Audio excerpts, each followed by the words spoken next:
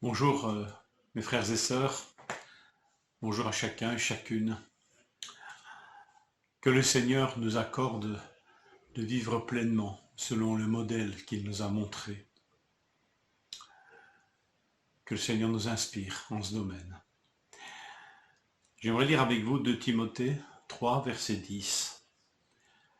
Pour toi, tu as suivi de près mon enseignement, ma conduite, mes résolutions, ma foi, ma patience, mon amour, ma persévérance, mes persécutions, mes souffrances.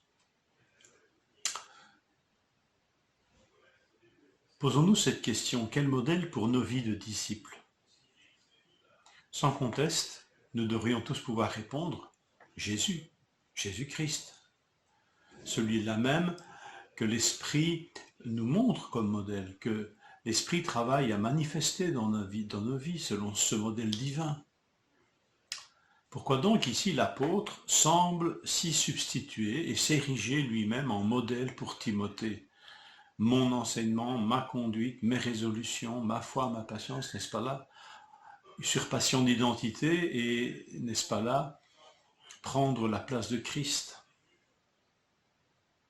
Pour faire court, nous pouvons voir dans l'ensemble du Nouveau Testament et des Épîtres que des frères et sœurs aînés dans la foi ont ce ministère de modèle pour ceux qui découvrent la foi et qui commencent à marcher à la suite de Jésus-Christ.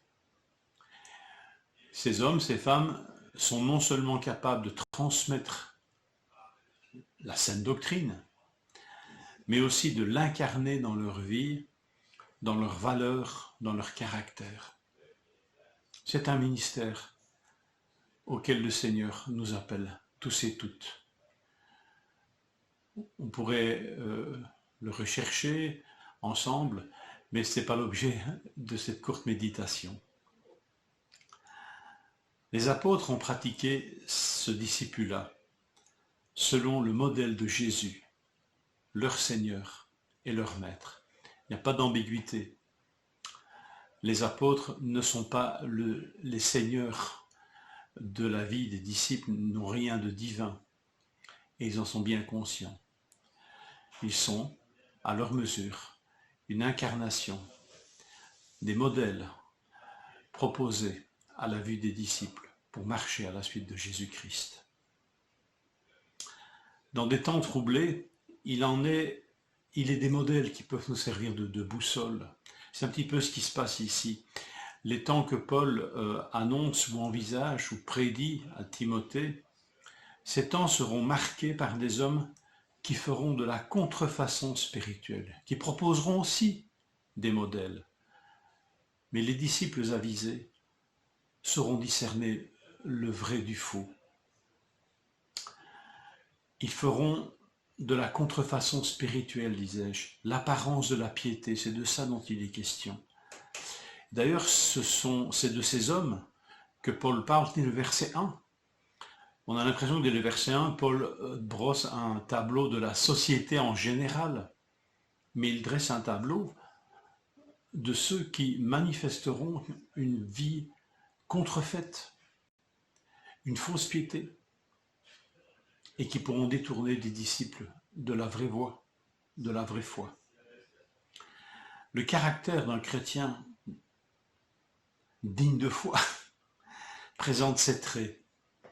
Enseignement fidèle à la parole de Dieu, conduite conforme au message prêché, projet soumis à la manifestation de la gloire de Christ seul, la confiance et la fidélité envers Dieu, la patience et la douceur même envers les opposants, amour envers tous, persévérance dans les souffrances et dans les persécutions.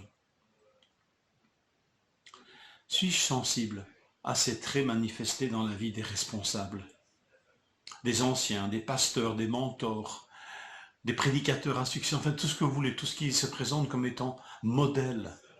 Suis-je sensible à ces traits manifestés? Est-ce que ces traits manifestés chez un disciple mûr sont l'objet de mes prières. Est-ce que je prie pour ces responsables afin que le Seigneur manifeste de tels traits dans leur vie? Et si je vois des manques, suis-je un intercesseur afin que le Seigneur les forme ou les reforme ou les réforme? Suis-je un ardent intercesseur pour que le Seigneur manifeste de tels fruits, de tels traits de caractère? Et que le Seigneur garde tous ces hommes, ces femmes, de l'orgueil, de la vanité, de la soif du succès, des apparences. Sachons que nous sommes tous appelés à manifester de telles attitudes et aptitudes spirituelles dans nos propres caractères. C'est là le modèle fixé par le Seigneur. Alors nous avons dans l'Écriture des modèles qui incarnent le seul modèle de nos vies, Jésus-Christ. Laissons-nous donc enseigner, convaincre, corriger, instruire par l'Écriture, afin d'être formés et équipés pour toute bonne œuvre.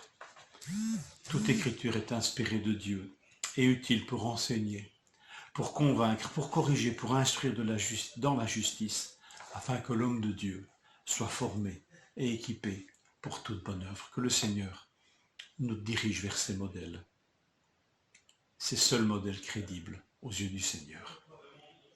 Bonne journée à tous et à toutes.